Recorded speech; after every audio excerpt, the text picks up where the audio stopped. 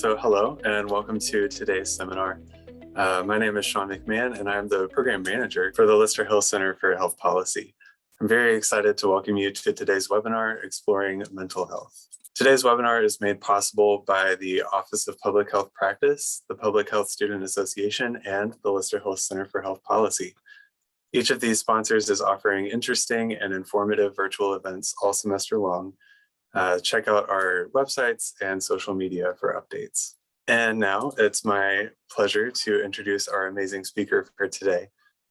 Amber Martin is a health behavior PhD student who also recently completed her second master's degree in clinical mental health counseling. In addition to this, she's also a national certified counselor.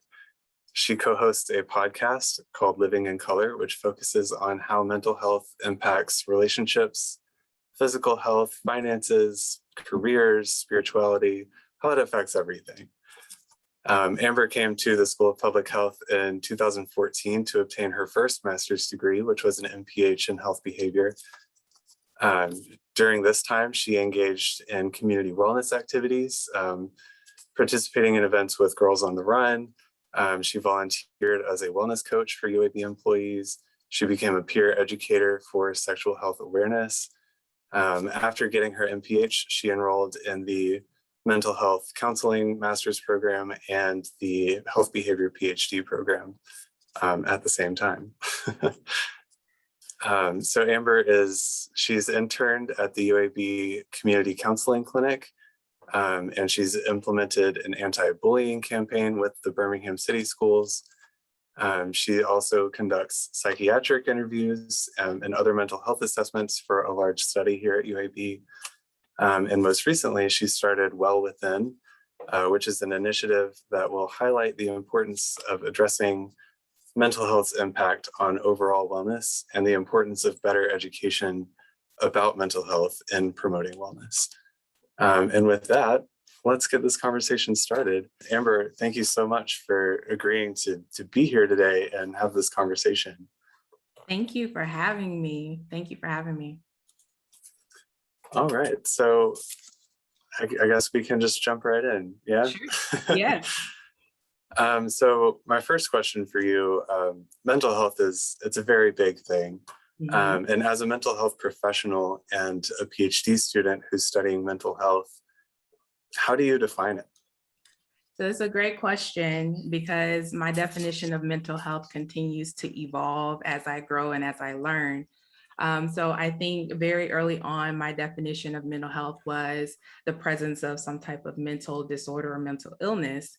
And so either you had good mental health, which meant that there was an absence of illness, or maybe your mental health wasn't so good. And that meant that there was some presence of an illness, whether it was mild, moderate, or severe. I think after going through the counseling program and doing a lot of self-awareness and really understanding that mental health is so big and it encompasses so much. So what we think, what we feel, how we behave or how we act, all of that is encompassed in mental health. And so when I think of a definition now, I think of it being like, you know, your psychological and social well-being, your emotional well-being, all of that to me is a part of your mental health, as well as, you know, the biology. So brain chemistry or genes, life experiences, you know, trauma, abuse, family history, all of that to me is a part of mental health, which makes it so important. And I'm so glad that we're having this conversation. Yeah, I'm glad to. And really your response to that kind of reminded me of the WHO's definition of health. You know, it's not just the absence of illness, it's holistic well-being. So I'm really glad that you're taking that approach to mental health as well. Backtracking a little bit, what kind of set you on this path? What inspires you to get into mental health, both career-wise, just academically studying it? I would say the number one reason is my personal struggle. And my personal struggle doesn't necessarily look like a picture that, you know, society may present about mental health. And so for me, going through a lot of things growing up, seeing or being involved with a lot of things, such as there's a lot of illness in my family. We also experienced a lot of death due to homicide in my family. Just a general, like, having that stuff happen to you and seeing it, witnessing it, not necessarily knowing exactly what to do with all of your emotions or what to say. And so I am a very, inward person. I keep a lot of things in. Sometimes those things would manifest in like attitudes. I think if my parents are watching this, they would tell you that I didn't always have the best attitude growing up. But what I started to realize as I did my own like searching is like, I always was full of a lot of emotions growing up, and really didn't know how to place them, where to place them, what to do. And I don't think that that's necessarily taught. I think we're taught to kind of perform, do well, be your best.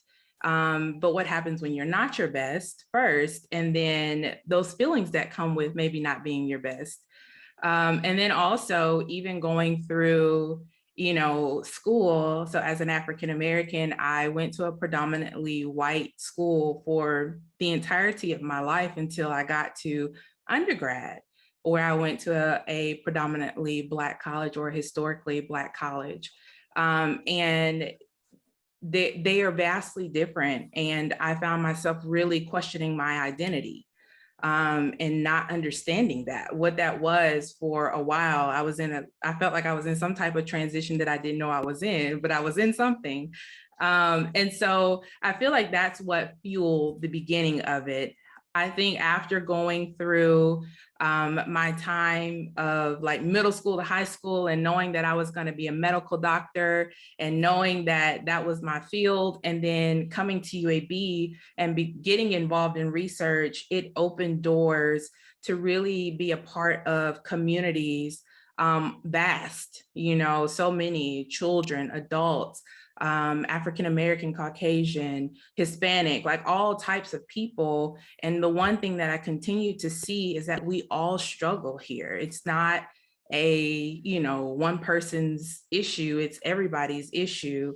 And I just didn't feel like we were doing enough to really, from a public health standpoint, let me say that, I didn't feel like we were doing enough to address some of the issues that were going on that are a part of the reason why we might end up in certain environments, or we might have, certain, I don't know, things that happen to us physically or health-wise.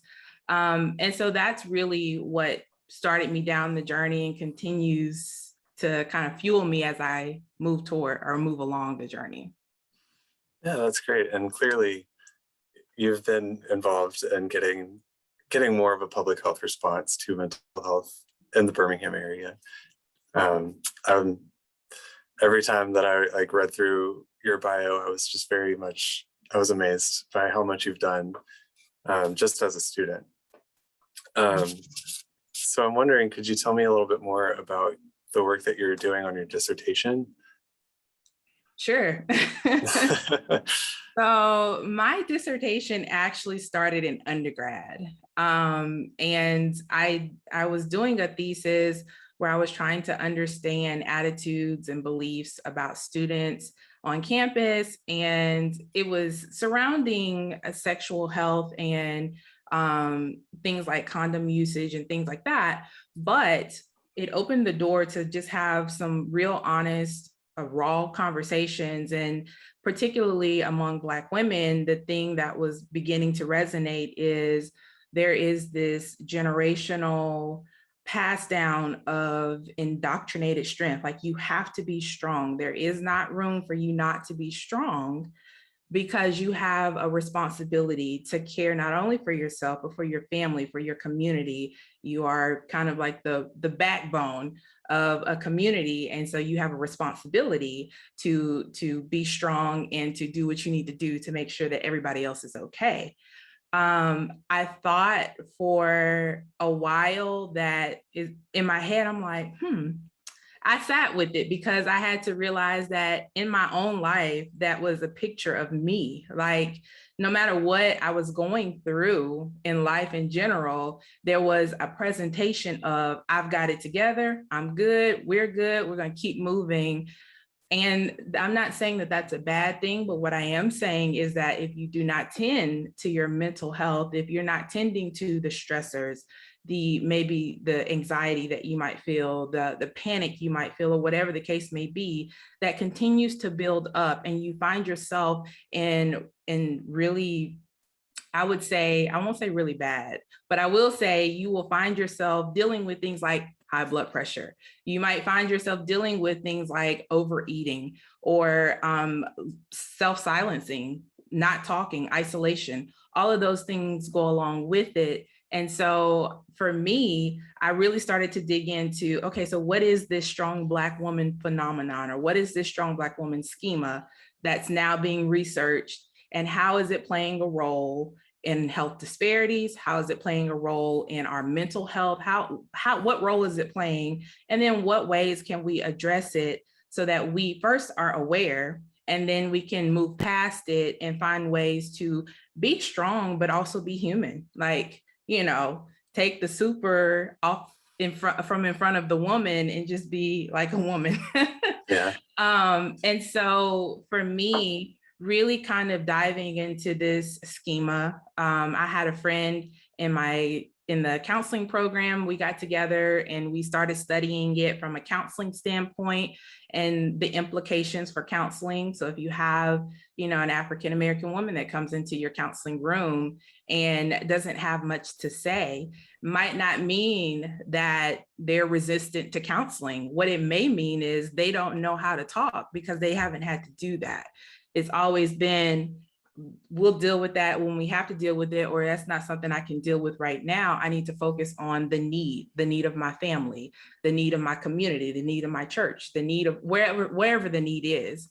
And so it doesn't necessarily make them resistant to counseling. It really kind of puts back, I think for the counselor, it makes us look a little bit deeper into, okay, what is the story of this person sitting in front of me, instead of what I'm trying to maybe draw out without knowing their story, if that makes sense. And so we talked about that in counseling. We went to a conference and we talked about it, and people were like, wow, this is interesting. It's not something we thought about. And so now, as I'm trying to finish up this PhD, you guys say a prayer for me.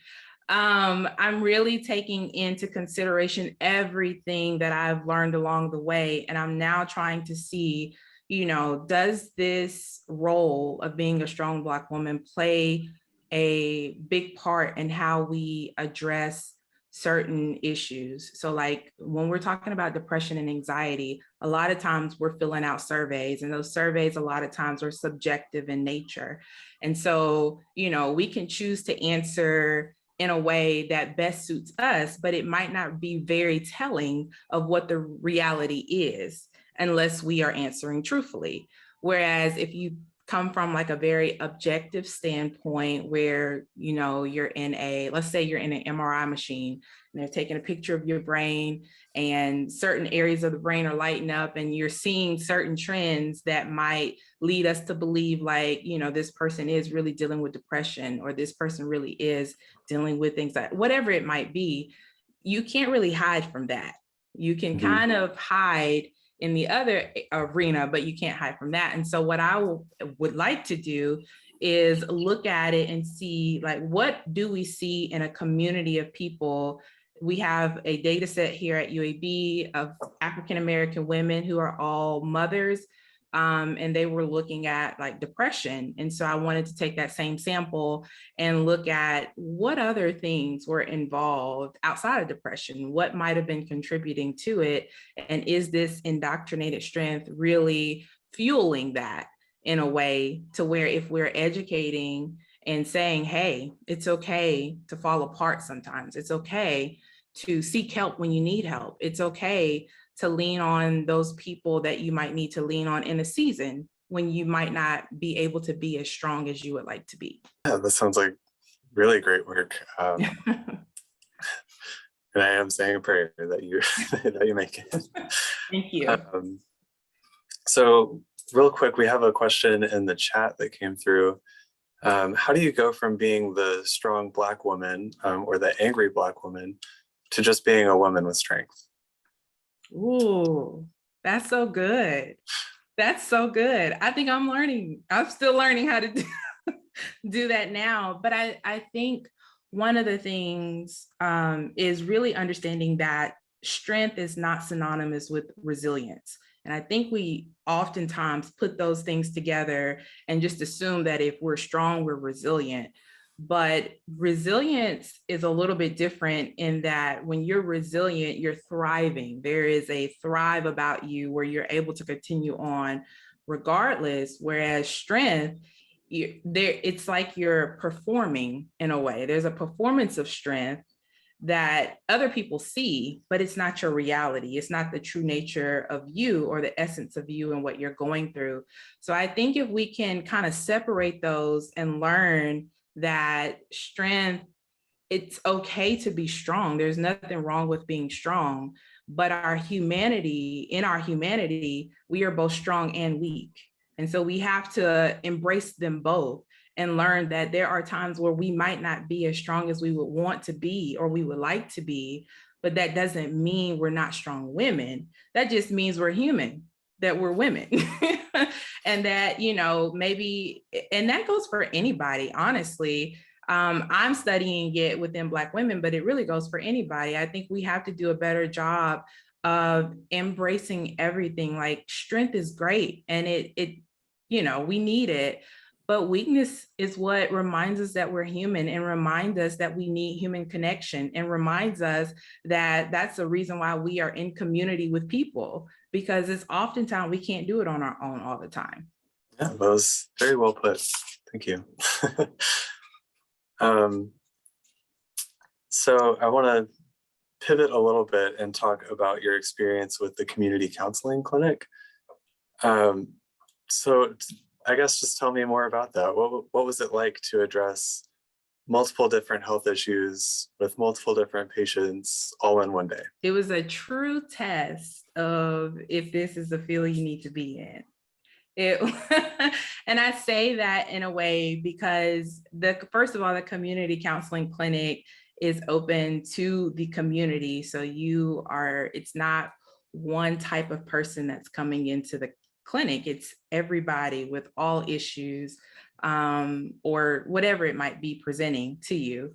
And so coming in fresh out of the classroom, doing some work, some actual work to, I don't know, you're doing it with friends. And so it's kind of not like reality of sitting with a client in front of you. And so the one thing that I always tell other people is like coming in, I don't know that I felt as prepared, but I think that's a good thing because it allowed me to see the reality of the myriad of issues that people face on a day-to-day basis. I didn't have this is what this client is going to present with, and this is how I'm going to fix it. It was no, we're going to build a relationship with one another and we're going to figure it out as we go along. And I'm going to partner with you to figure out the best way that, we can move through this journey together, with me being a student at times and listening to your story, and then them being a student at times and listening to me as we talk about, behaviors and patterns and things that are coming up in that room. And so on any given day in the clinic, let's just say I had 5 clients.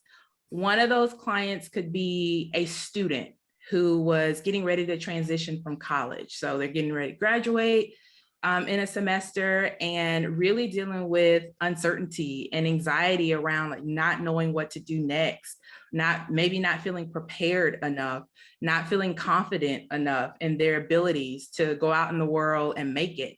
Understanding that we live in a time right now where sometimes coming out with an undergraduate degree doesn't really get you where you want to get in life. And so Do I continue on in school, or do I find a trade, or what is it that I need to be doing, and the anxiety that's surrounding that? That would be one client. And then I might have another client that comes in that's a couple, and they're there for premarital counseling. I'm not married, never have been married. And so now I'm having to lean and consult for sure with my advisors and use tools to understand how to help them walk through that journey of wanting to know more about marriage, but also know more about each other as they journey towards marriage. So they're at the beginning stages.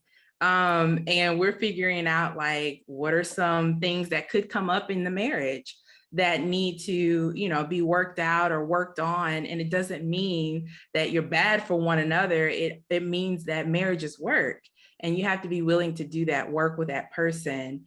That's the second client. Moving on to my third client, it might be a family, intergenerational blended family that's dealing with an issue with a child who has been diagnosed with whatever disorder they've been diagnosed with. And so now the child is the issue in the family. And so now it's my responsibility to kind of walk with the family through this idea that a family is a system. Everybody contributes to that system. And then when the system is dysfunctioning, it's usually just not one thing that's making it dysfunction. It's usually several things. But oftentimes a family will come in with their thought of why it's in dysfunction, and that's it. And so fix that person and the family is fixed. And now I've got to fight with all the people in the room, not necessarily fight, but really just kind of make sure that every person in that room is being heard, so that together the family can figure out how they can move on from that situation. That's a third client. So now I still have two more clients that I have to see that day. Another client might be coming in with a crisis of faith. And really, in the world that we're living in, there's so much going on. There's so much that's happening right now, and it's leaving everybody like questioning everything. Like, what is happening? And one thing that's interesting about that is that there are so many beliefs and faiths in the world. And so as a counselor, it's not my job to, maybe push my faith or project what I feel onto that client. It's my job to listen to them and to help them walk through whatever their dilemma is in that moment as they get back to where they want to be within their faith. And that is it's not an easy task, because the client comes into the room, but I come into the room with my worldview and my life experience and everything that's happened to me. And that has to be put to the side. That has to be tabled, because that's not the reason. My reason for being in the room is not for me, it's for them. And I feel like as a mental health therapist and someone who does research, it is so important to remember that I remain a student, even in the room, because I don't know the experience of that person. And it's important that we, I hope that people who are seeking counseling, they have that experience with their counselor, that their counselor wants to partner with them and not necessarily just, be in authority and say things like, go do this and go do that. But anyway, I got off track. But my fifth client could be something as simple as, I'm tired, I'm weary, I don't know what to do, I just need to talk. And I don't feel like I can talk to my husband, or I don't feel like I can talk to my wife, or I feel like, I have to present a certain way for my family, but this is the reality of what I'm feeling. And so walking through that with that person and letting them know that they're not a failure because they feel a certain way, that they can live into realities, that they can love their family and love their children and their husband, and also be tired and also be weary and also need, refreshing or rejuvenation. So that's one day, 5 clients in the clinic. It was definitely interesting to say the least, but it was the best learning experience I've had in my life. Yeah, it sounds like a very interesting experience. I don't know if I would personally be prepared for that myself. Um, so you brought up students a few times, whether that's like working with students or counseling students. And we have a question that came through. How do you think UAB and more specifically the School of Public Health could be more involved in addressing mental health? Mm. Um, I read that and I was thinking, specific to students, but we could also in general as well. Yeah, so I'll answer the UAB part first because I think there is more awareness around mental health, especially in the last few years, mental health and mental wellness. And I think doing more reaching across the aisles and allowing the students to be a voice when we're talking about mental health, because I think sometimes we kind of get caught up in researching and figuring out things from a research standpoint, but there's a reality piece going on right now. Students are struggling.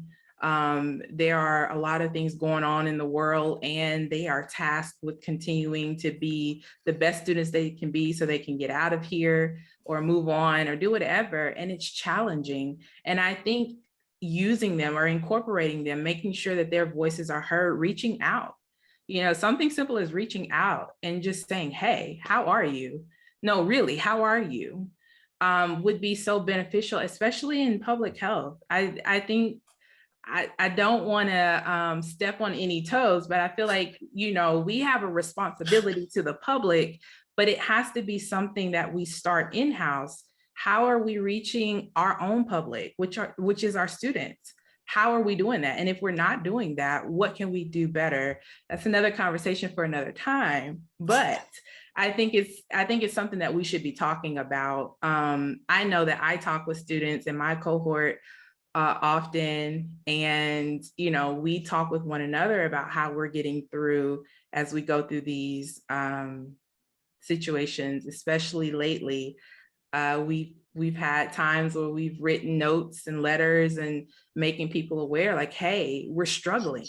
We are, and nobody's addressing this. Nobody seems to care. And so I think really just starting there and building would be essential. But then in general, I think, I've been reaching out to other colleges, particularly historically Black colleges, because sometimes they don't have all the resources as other schools do. And so I've been doing some needs, like doing needs assessments at those schools. What do the students need? Oftentimes I feel like we don't do enough asking, like, what is it that you need, so that we can see what resources we can give. And sometimes I think we just kind of give the resources we feel like should be out there, and they might not be meeting the need. And so always, keeping that community piece, always keeping people involved from a community standpoint is always going to be my go-to for that. I agree. Involving people from the very beginning, that's the best way. That's how we do public health. Absolutely. So of course, I'd like to shift into discussing the pandemic and the pandemic's impact on mental health. Just a few questions related to that. So this is not our first major crisis that we've experienced in our lifetimes. The anniversary of 9/11 is just a few days away. Right. What kind of effect do events like this? We can also consider the 2008 financial crisis and the recession after that, or Hurricane Katrina. What do big events like this tend to have on mental health? And also, how might the COVID-19 pandemic be different from those? Sure. So I feel like, when 9/11 happened, I was in middle school. And I don't think I understood the weight, the actual realness of what was going on. As a matter of fact, I was in my coach's office asking her a question, and she was just like floored with watching it go across the screen. And I was like, but I need help with this. Like, it wasn't even registering to me what was actually happening in the world. And so I think the impact at that time for me may have been different than other people, but there is a piece about watching this type of stuff happen, these like, natural disasters or these really attacks, this terrorist attacks or whatever, that bring people to a place of like, whoa, I've got to sit back, I've got to sit with this, think about this. How is this making me feel? All of those things. And what the things that are important about some of the events in the past is that you saw the community come together. So you saw a lot of people reaching across the aisles. You saw people together that before wouldn't have even been seen in the same room. And there's just seemed to be a lot of camaraderie, even in the face of all of the violence and the trauma or whatever may have been going on, financial crisis. You had people that were willing to reach out and say, hey, you're not in this alone. Moving to the COVID-19 pandemic, it's one of the first, and I've only lived, a few years. I've lived a few years, but I'm interested to hear what maybe some of our older generation think about this. But for me, it was the first time seeing, this literal disaster happen and then having to be isolated, having to be by yourself, having to go to your own separate corners or be in your own separate places. And so it seemed to impact mental health even more because now you're watching this happen. You're seeing people die every day. These numbers are going up. Media is reporting some of it good, some of it not good, most of it not. That's my opinion. Let me not put my opinion in here, but you see all this stuff happening in front of you and you're forced to be in your own separate corners. And we do have telephones and we do have video capability. So that brings some semblance of, community back, but human connection is so important. And COVID-19 came against that with some force, and it has affected everybody. I don't know one person that's not been affected by it in any way, shape, form, or fashion. And myself included, I recently had my own breakthrough COVID case after being vaccinated. And the first thing I did, and I'm, first of all, I'm aware, I have knowledge. There's some education here. So these are things that I've been afforded that, give me some privilege and understanding and knowing how to get through. I still went to Google and typed in what happens to people that get COVID after they've been vaccinated. And the thing that was in bold at the bottom of that Google sheet was some people still die. And so in my head, that was the thought that was on replay. Like now it's like my mortality is in front of me, like you could die. And not that I felt like I was going to, but the reality is people are dying every day, every single day. And so I took a shot. I wasn't sleeping. I did not sleep at night. I slept during the day. I did tell this to my parents. I was afraid to go to sleep because I thought I might not wake up. And that's real. That's real for me. And some people might look at it as like, oh, you're just exaggerating. That's an over exaggeration. But when you've been fed for almost 2 years that there's this virus and it's killing people day in and day out, like, why would I not think that I could be one of those people? So I think it's important for us to really acknowledge that it has had a really big impact on the mental health of everybody. I don't feel like anybody has gone untouched. And so for us in the field, we've had to do a lot of addressing, but even for us who are in the field, who are dealing with it, we've had to go and ourselves sit and have people really just kind of walk with us through what we're going through. Yeah. And I mean, I also had COVID about a year ago, and very much the same sort of thoughts of just like, I also Googled, hey, what happens to people? And it's like, oh, you could die in the space of 24 hours. Yep. So that was rough. And the isolation on top of that of just like, I have this disease now and I can't go spend time with my friends because I don't want to get them ill too. So it was a very dark time, but I'm glad that you're through it. I'm glad I'm through it. Yes. um, but in addition to, the people who have COVID, just all the isolation that we've been experiencing in the past year and a half, do you think that there might be certain groups that are more affected by this than others? I do.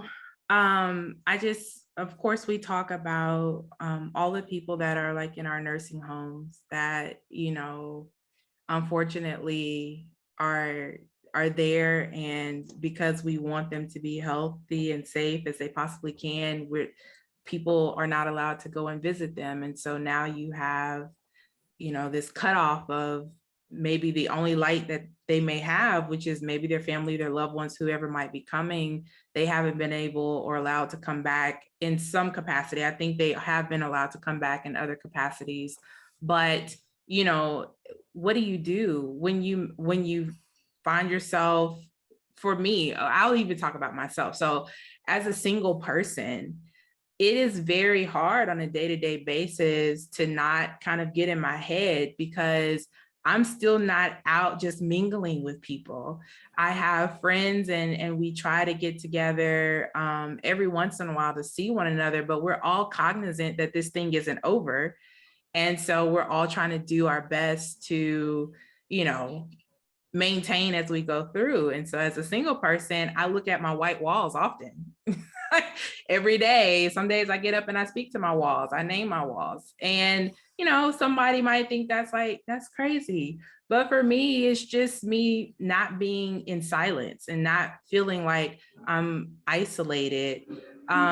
Even the kids, thinking about how excited they were to go back to school, because I need to be with friends. I need to be with people in my age group, people that I can relate to, because mom and daddy aren't getting it, or sister and brother getting on my nerves, whatever the case may be. Everybody has had to separate from, sources that give them light and give them joy in some way. And so I'm trying to think of like who's been affected the most. And I keep going back to, I know everybody has been affected.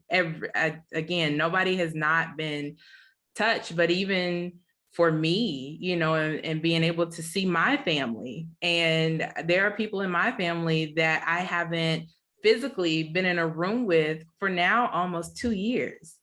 That's crazy. To me, that's crazy. And so I don't know. I feel like, and we're still in it. We're still in it. And unfortunately, I mean, we take risk every day. You never know, because COVID is quick. COVID is very quick.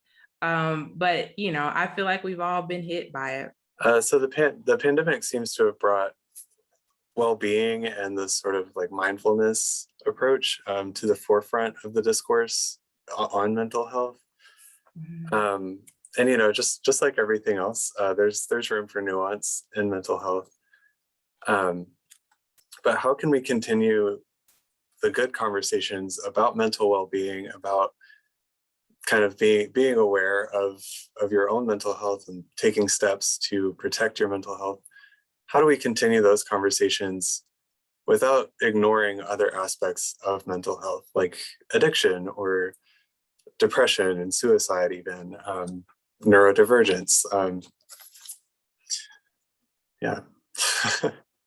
So I think when I think about those things, I think about like the terms. So health, again, kind of going back to health, understanding that health is a state of being. Am I healthy? Am I absent of disease? Am I not healthy, dealing with disease? Whereas wellness is a more of an approach. It's like, how do I maintain my health? What do I need to have in place so that I can be healthy, or so that I can become healthy? And I don't think either one of them need to leave the room. So I don't think you talk about one without the other. I think you have to have them both in the same room, and really understand that wellness for many, many years has been seen as only attainable by a certain demographic of people. If you had enough money, or if you looked a certain way, then you can participate in things that we consider to keep you well. And that was only afforded to them. I think now the reason why wellness has become such a big conversation is because wellness is what you get up and choose to do every day. It's a choice. You have a choice to be well. I think there's an app out there that's Be Well. I'm not trying to plug it, but I feel like you have a responsibility to wake up and choose your own wellness every single day. And so for individuals who have a diagnosis, who are dealing with addiction, or are dealing with, anxiety, or are dealing with, non-epileptic seizures. I used to work with people who had non-epileptic seizures, and there's a psychological component to that. So there are these real diagnoses out there, and you do have to meet the need of that person where they are. And so that's the health. You're attending to their health, and then you're giving them, hopefully we give people tools so that they can be well, so that they can continue in wellness and maintain a state of health that they want, which is hopefully healthy and not, with illness. But we also know that, it's fluid, that sometimes we're in a great state of health and sometimes we're not. And so really just understanding, I think as researchers and educators and even practitioners, we have a responsibility, I think, to talk about that in the holistic way. And sometimes we have things that kind of get in the way of us maybe talking about it from a holistic standpoint. But I think it's our responsibility to make sure that, yes, we're addressing the immediate need, but then we're also giving tools, and we're also, whether it's sleep schedules. Let's talk about a sleep schedule. What does that look like for you? If you're having trouble sleeping and you've gone and you've done the physical part of it, of, maybe going through a sleep study, understanding what might be impacting it. Now let's talk about how we can choose wellness in that. And we're going to keep a sleep cycle. We're going to turn off the computers and the TVs an hour before we go to bed. Maybe we'll eat our last meal 2 hours before we go to bed. Like, what are things that we can do to, be well? And I think it's important, again, for us to continue to have those conversations at the same time, not one on one end and one on the other. And I know sometimes that, they will get divided, depending on what type of environment you're in. You're not going to always get the full picture. But I think that's one thing that we get a chance to do as therapists, as counselors, is we get to bring the full picture into the room and walk somebody through that. So yeah, I think that's very thoughtful and holistic approach. Thank you for that perspective. Yeah. So I prepared one more question for you, but Amber, you're coming up on towards the end of your PhD program. What's next for you? Too soon? I don't know. I'm going to be honest to say, I do not know. I have been a student for so long that, it's just going to be so welcoming to not be a student anymore in any capacity. Well, I'll always be a student in life, but, not a student in that aspect. But what I will say is I am so open to what's out there, and also maybe even finding a niche of my own. Maybe that's not even created yet, but I can create. I don't know. Have no idea. But I am so looking forward to the collaboration that will come along with finishing this program and moving on out in the world, because I believe in collaboration. I believe it actually makes things work. And so I'm open to different cities. I'm open to different opportunities. I'm just open. Well, I think that's a pretty good approach to take too. So we do have a question in the Q&A, kind of circling back to the research that you're doing with your dissertation. Mhm. Have you experienced resistance from people in academia against your ideas, your research, you? And then also with that, do you think academia is more difficult for you than it is for others for any reason? And if so, what do you think those reasons are? And I'll add, what do you think can be done about that, if there are? Y'all are coming with the heavy hitters. Yes, I do think that there has been resistance to me and what I've chosen to do, particularly in academia. And I feel like sometimes when people may not be as knowledgeable on a topic or as knowledgeable on, what it is that you would like to do, and you're trying to explore that, but you don't know, where you're going with it, then there's a tendency to try to lead you into a different direction where, maybe an advisor or a mentor or whoever has more expertise and can kind of guide you there. It also benefits them in a way, because if you're working on their work, then they're getting credit, right? So for you to really stand on your own, even as a student, it takes a lot of choosing to say, no, I feel very strongly about this. And sometimes finding people who might not be right here or right around you, reaching out to other people who do have a background and understanding, how to incorporate them on your journey. So a prime example for me, I reached out to some people who are very fluent in the background that I'm interested in on Twitter. I jumped on Twitter, got in their inboxes, said, hey, I'm working on this research. I don't have anybody right now that can really help guide me, and I'm really looking for somebody.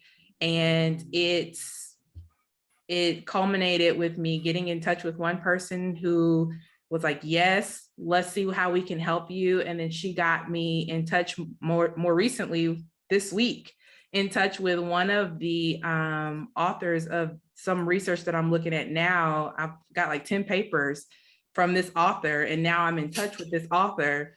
And, it's like, whoa, I didn't see that happening. But I think it just speaks to being an advocate for yourself, and being open and honest with the people who are advising you or who are mentoring you, because I think sometimes we get in a power struggle. It's a power dynamic going on there. So maybe you don't feel confident in speaking up for, what you're trying to do. And I think we have to find the space and the confidence to say, hey, I know you would like for me maybe to go this way, but I'm really passionate and strongly passionate about this right here. And I feel like I have enough tools to get this done. How can we partner to get this done? But academia is hard. I don't know that I'm going to stay in academia myself. It's just, I don't know that that's where I'm supposed to be. I'll figure that out at some point, but it's almost sometimes kind of dog eat dog world. And it's unfortunate because everybody is trying to produce. And sometimes we lose the mentorship and the advising along the way. And so I just feel like we just have to do a better job for ourselves, just making sure that at least we're advocating for us if nobody else is. Yeah. Again, very, very good perspective, in my opinion. So there was one other comment. What are some of your tips for promoting mental wellness during the pandemic? Good question. For me, first of all, I've had to be honest and say, just normalize saying I need help in this season. And I think we all have to do that. Just, I need help. I feel alone. I feel whatever you might be feeling. I don't want to put feelings on anybody, but whatever you might be feeling. And then for me, I've had to reach out, be counseled. I do things that I enjoy. I wake up and go to the farmer's market on Saturday morning and, try different salsas and breads and things that make me happy. Sometimes I put on music and I just dance. Sometimes that looks like, calling my family, and they probably get tired of me calling, but It's just because I need to talk, or sometimes I don't even need to talk. I just need the presence of somebody else. And being okay with those things. Just, I think we have to just really normalize the fact that we need each other. We cannot do life without people. And I am one who has always been in isolation for a lot of the time. Like, I withdraw quickly when things get heavy, and I'm on my own, and I'm realizing that that's not the healthiest place to be. And so also, if community, if you have a hard time finding community, there are small groups that are out there, maybe finding a small group that has a common interest. There are a lot of them that are virtual right now, so you don't have to fear, like, maybe coming into contact with people that you don't know, but you still can have that community. So those are some tips that I have. But one of the greatest tips for me is like getting out in, the sun, the air, and just allowing yourself to breathe, relax. Know that 100% of the hard things that you've gone through in life, you've made it through it because you're still here. And so really kind of remembering those things. Yeah, and I would add to that, like, you're not the only one. Like, there's some solidarity there. But like you said earlier, and that's been my experience too. Like, I don't know anyone who has not been impacted by what's been going on for the past year and a half, almost 2 years. Like, it helps me in my own mental well-being to know, like, okay, I might be struggling on this, but so is everyone else. So I'm going to give them some grace, and hopefully they can cut me some slack as well. That's good. That's really good. I saw another question. What are some tools we can use to encourage our young adults to reach out for help during this time of loneliness?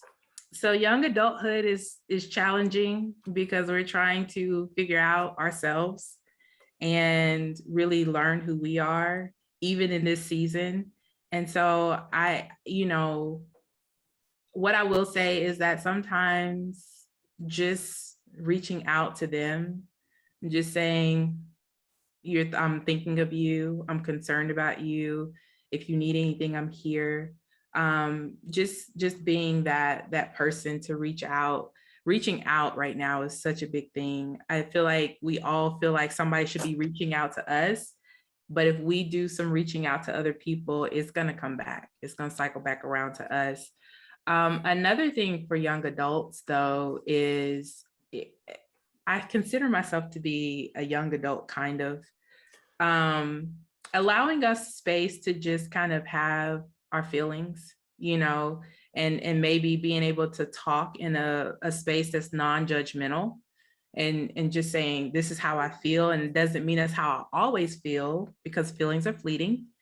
But right now I feel like this, and I don't want to be judged. And sometimes I don't even want like advice. I just want someone to know how I feel. And in my role as a therapist, that's something that I've had to learn to do in the room. It's like, I don't have to have an answer to everything. And people don't have to have an answer to everything. Sometimes we just need the space to figure it out, to be where we are, and then to, eventually get up and keep going and keep moving. We have just a few minutes left, and there was one more question. How do you balance advocating for yourself and protecting your mental health in academia? Have friends. Make sure that you have friends or people in your cohort that you can really, talk to, and not just about your projects, but that you really can talk to about what you're feeling as you're going through pursuing your degree, going on outside of your degree, maybe postdoc, maybe, a job in the real world.